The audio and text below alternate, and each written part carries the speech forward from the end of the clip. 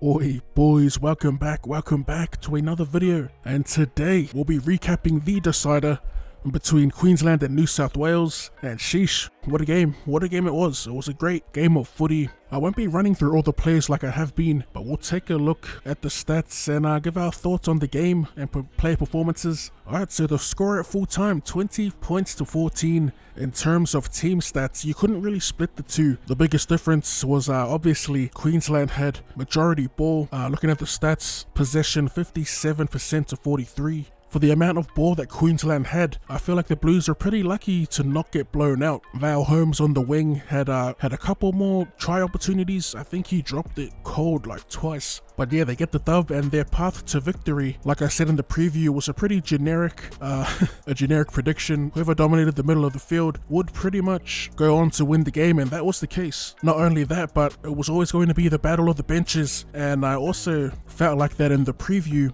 We had the upper hand in that department with I wouldn't really call it a demotion to Jaden Sewer, as I do think he's more effective off the bench, but also Harry Grant, mate, the ultimate X factor, and he had one heck of a debut. Speaking of debuts, I thought the quote-unquote weaker edge for Queensland, they both had solid debuts, and I'm pretty sure when I was running through the stats earlier, Brinko Lee didn't miss a tackle. And also the decision making from Edric Lee, he knew when to jam and he knew when to hug the paint. Yeah, it was great to watch. You'd think the two Lees, Brinko and Edric, who are cousins, I only found that out tonight, but yeah, they looked like an experienced duo. Also, the last player on debut, I think, was Corey Allen, who I thought had again, another solid debut. That's enough about the debutants. Let's get back to the forward pack. It pretty much played out like the game last week. New South Wales, last week, they came out firing, all enthusiastic and all that. With the new rule change, you don't really see forward packs performing like that back to back to back. I mean, you could argue that the Panthers were able to keep that up, or keep that momentum up through consecutive weeks, but then again, this is Origin, you know, it's a whole new game. The New South Wales forward pack, they just couldn't keep up. Our front row was solid. Welsh, man, it was great to have Welsh back. He kept the middle tight along with his front rowers, and Tino Fa'asuamaleaui had a blinder as well. Like, the whole forward pack, man. Galfusi's work rate, I'd say this was probably Galfusi's best Origin game. I had to check his stats because I thought he played out of his skin. So he went on 11 runs for 110 meters, 51 post-contact meters. He was pretty hard to handle, but not only in attack, man, his defense, he made 35 tackles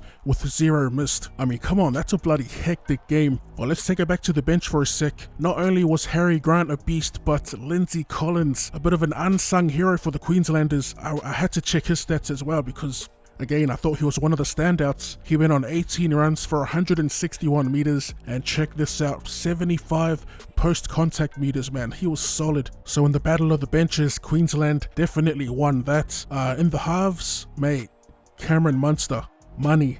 The Prez, for sure, played his greatest Origin game to date, and he ended up picking up the MVP of the series. His decision making tonight was on point, knew when to kick early when they were in trouble, and he was pretty ruthless at the line, just constantly asking questions. He had a nice little try assist, a little heads up play, just kicking it out to space when they had them stretched for numbers. I think it was off a break, but yeah, Munster, man, had a great game.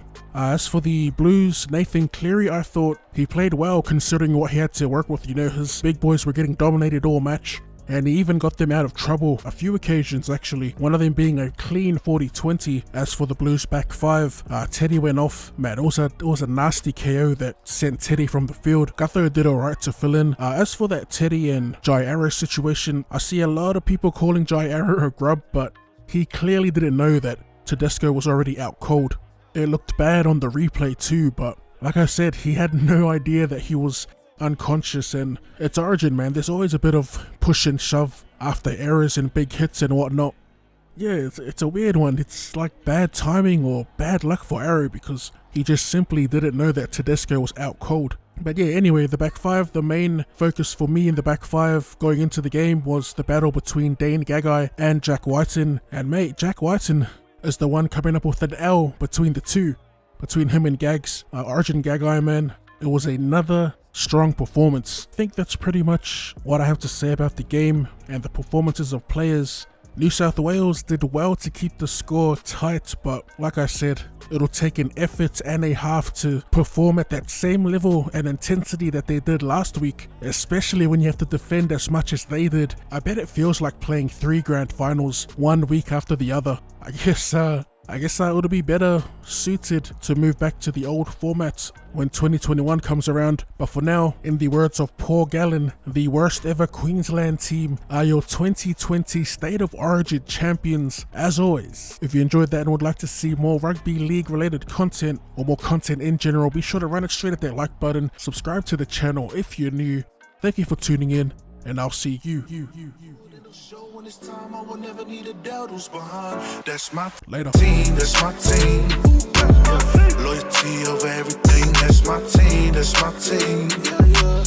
From the bottom where we grinding, that's my team, that's my team.